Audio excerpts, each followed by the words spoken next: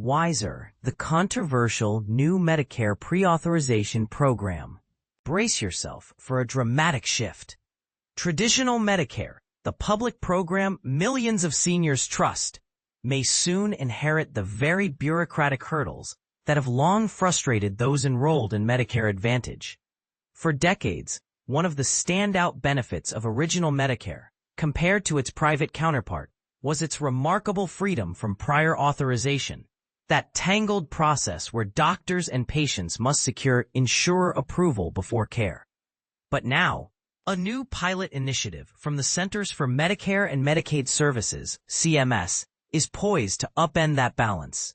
If you're used to traditional Medicare's simplicity, this news may unsettle you. CMS has unveiled a demonstration project called WISeR, short for Wasteful and Inappropriate Service Reduction. For the first time, prior authorization, the review and approval process notorious in Medicare Advantage, will be embedded into traditional Medicare for certain outpatient procedures. And here's where it gets controversial. This isn't just a small tweak, but a fundamental change to the patient-provider relationship and the way care decisions are made. So, what exactly is WISeR? Under this program, CMS will hire outside organizations to greenlight or reject doctors' requests for particular services. These contractors will use artificial intelligence and other advanced tools, aiming for rapid decisions, ideally to pinpoint services considered overused or at risk for waste. If you live in one of the pilot states, Arizona, New Jersey, Ohio, Oklahoma, Texas, or Washington, this could impact you as soon as you need care for any procedure included on their pre-authorization list. Why all this scrutiny on prior authorization? On paper, its purpose is reasonable: to protect both patients and Medicare's finances by heading off unnecessary or overly expensive care. Yet, the real-world story is far messier. Medicare Advantage plans have relied heavily on pre-authorization, ostensibly to tamp down costs, but critics argue, and here's a real lightning rod for debate, that this process can just as easily function as a profit-making lever, denying needed services, delaying care, and increasing provider frustration. Consider the numbers. In 2023 alone, Medicare Advantage insurers processed nearly 50 million prior authorization requests. In fact, a federal investigation found that MA plans were frequently incentivized to reject service requests, sometimes even for procedures that traditional Medicare would have covered without question. Essential care has been delayed or denied on the basis of opaque or changing rules, a painful reality for many seniors. Curiously, as CMS was rolling out WISeR, federal health leaders were simultaneously touting a breakthrough agreement pushing private insurers to limit their use of prior authorizations, acknowledging the public's growing outrage and distress over the process. And this is the part most people miss. If even private insurers agree pre-authorization can go too far, why is it being expanded into a program designed as an alternative? CMS defends its new policy by pointing to the substantial waste in American healthcare. Some estimates claim as much as a quarter of all spending is unnecessary. Ironically, adding more pre-authorization requirements can increase administrative bloat and unintentionally block high-value care. WISeR intends to utilize firms experienced in prior authorization management for other insurers, armed with cutting-edge tech. Each organization will be assigned a specific state and will target procedures identified as potentially risky or vulnerable to fraud and misuse. There are a few built-in safeguards. Urgent, emergency, and hospital-based services are carved out, and CMS assures the public that licensed clinicians, not just algorithms, will make the final call on tough cases. But let's dig deeper. Under WISeR, these contractor firms will be paid in part according to how effectively they reduce spending on unnecessary or denied services. Translation: the more care they say no to, the bigger their financial reward. What's to stop profit-driven denials? Isn't this incentive structure inviting the very abuses the program claims to solve? CMS outlines 3 metrics for evaluating contractors: process quality, such as the rate of denials that hold up under appeal, the experience for providers and patients, including response time and transparency, and clinical outcomes, like whether patients' needs remain met when services are denied. But for patients and advocates, this language may offer cold comfort. When financial incentives align with denying care, can patients really trust the system to prioritize their well-being? This experiment is set to last a full 6 years. Is that really necessary to evaluate technology's ability to detect low-value care? Or is something else at play? Even more puzzling, if Medicare Advantage's existing prior auth structure is so flawed and unpopular, why isn't CMS fixing what's broken there instead of exporting those headaches into traditional Medicare? Consider this. Maybe, just maybe, this is a step toward making traditional Medicare look more like its for-profit cousin, consistent with the ambitions of policymakers interested in full privatization. Now, that's a debate worth having. It's worth noting that overturn rates for denied prior authorization requests are massively different. Only 29% of traditional Medicare denials are reversed on appeal, while a stunning 82% are overturned in MA plans. Shouldn't the goal be to make prior authorization WISeR in programs where it already fails patients instead of spreading the problem? In short, WISeR risks importing everything that's burdensome and risky about the Medicare Advantage approach. Without clear evidence it will save money or improve care. Many of the companies positioned to profit from WISeR are the very same ones who have run the prior authorization process in MA for years, often to the detriment of clinicians and patients alike. Of course, we can all agree that strategies are needed to curtail unnecessary, unhelpful health services and protect public resources. But paying companies to deny legitimate care has a miserable track record in both costs and patient welfare. Why repeat these mistakes across the entire Medicare population? What do you think? Can prior authorization ever be implemented fairly, or is it inherently a conflict of interest when profit is tied to denial of care? Is this a prudent move to control waste, or a step backward for the freedom and security traditional Medicare was meant to offer? Sound off below. Should WISeR go forward? Or is it a dangerous experiment that could harm millions? Understanding changes in Medicare prior approval, what you need to know. Big changes ahead for Medicare prior approvals, what you need to know. Medicare has recently made 2 significant announcements regarding the prior approval process for treatments and services, which could have a major impact on beneficiaries. Traditionally, most medical insurance requires prior authorization for many treatments. However, original Medicare has generally not required this, with a few exceptions. Typically, providers and patients agree on a treatment and then submit paperwork to Medicare for approval and payment after the fact. But here's where things get interesting. Medicare has now announced a new voluntary model program to test pre-approval for certain services and treatments, set to run from January 1, 2026 through December 31, 2031 in select states: New Jersey, Ohio, Oklahoma, Texas, Arizona, and Washington. Participating providers will seek prior authorization for 17 specific items and services. However, there's a catch. Providers who opt in can choose not to seek prior approval for a case, but will then risk not being paid by Medicare if the post-treatment review is unfavorable. The program was initiated based on reports showing waste, fraud, or abuse in certain areas.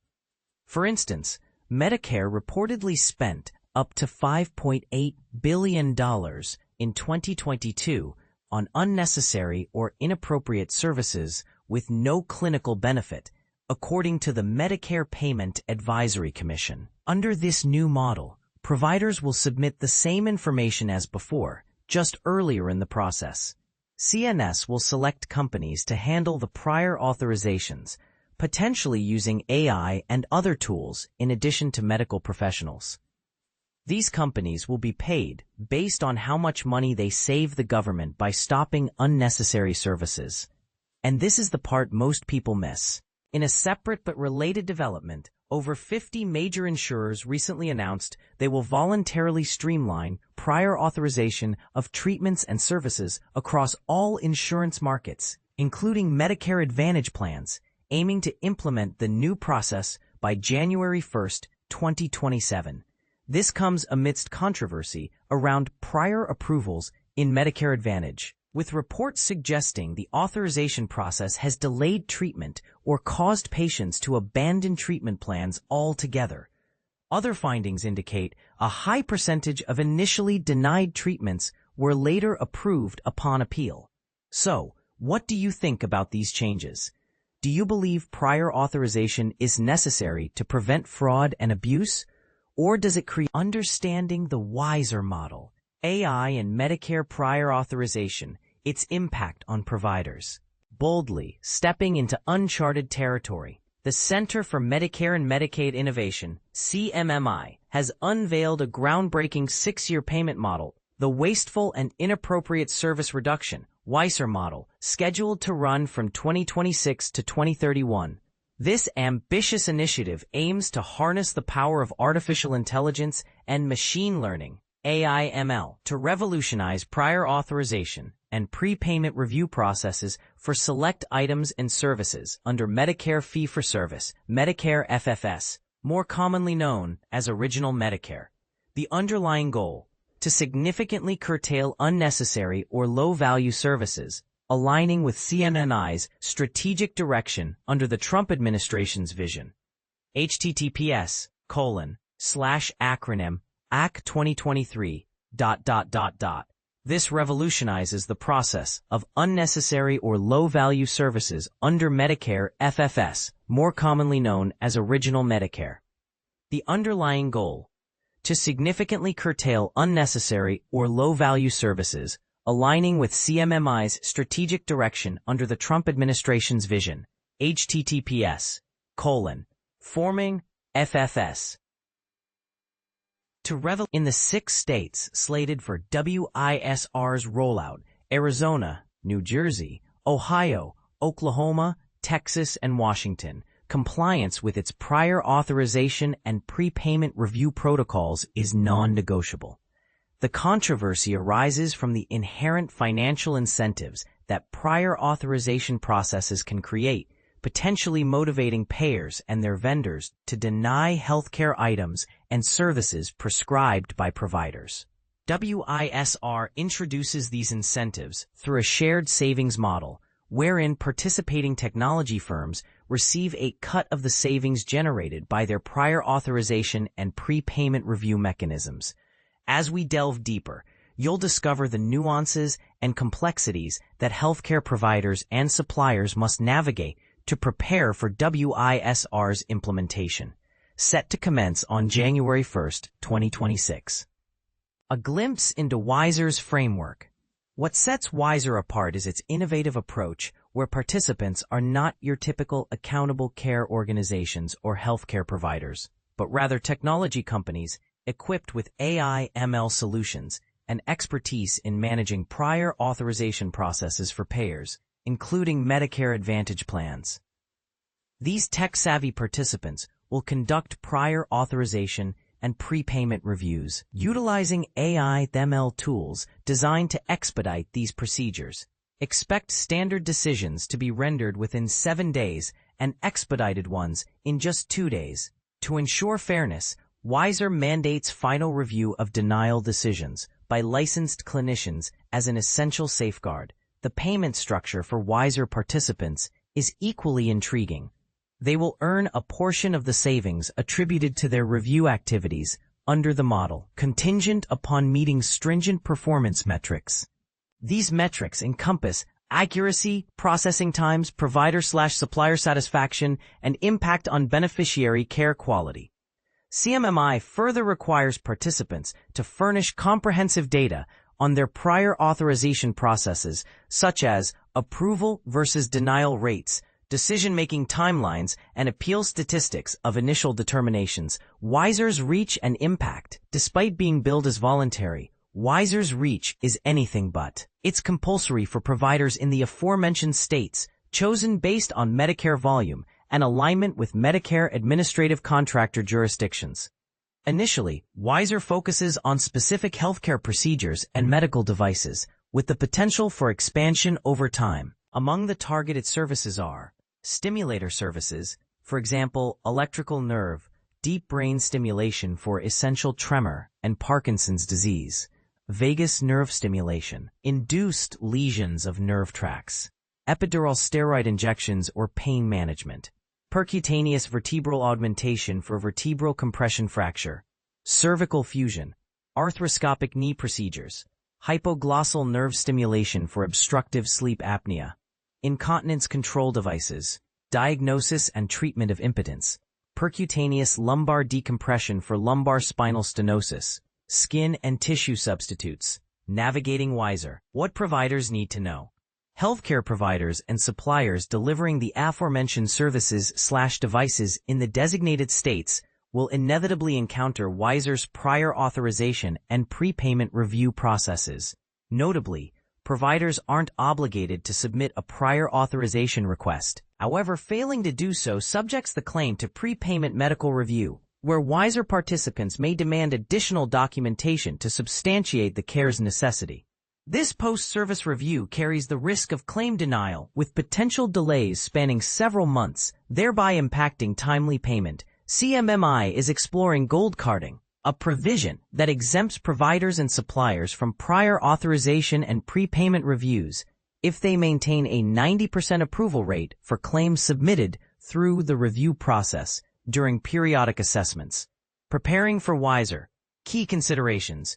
With the imminent expansion of prior authorization and prepayment processes under Medicare FFS via WISeR, providers and suppliers of targeted services, particularly in the 6 states, should reassess their current practices. Clinical staff training is crucial to ensure understanding of affected services and items, as well as how to adequately document medical necessity in accordance with Medicare coverage criteria.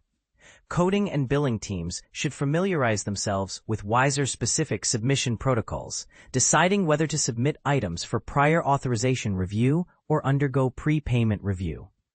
Compliance departments must also prepare for the new review processes, including strategies for responding to denials and requests for additional information. Stay tuned for updates and insights as WISeR unfolds, promising a transformative era for Medicare and healthcare providers alike.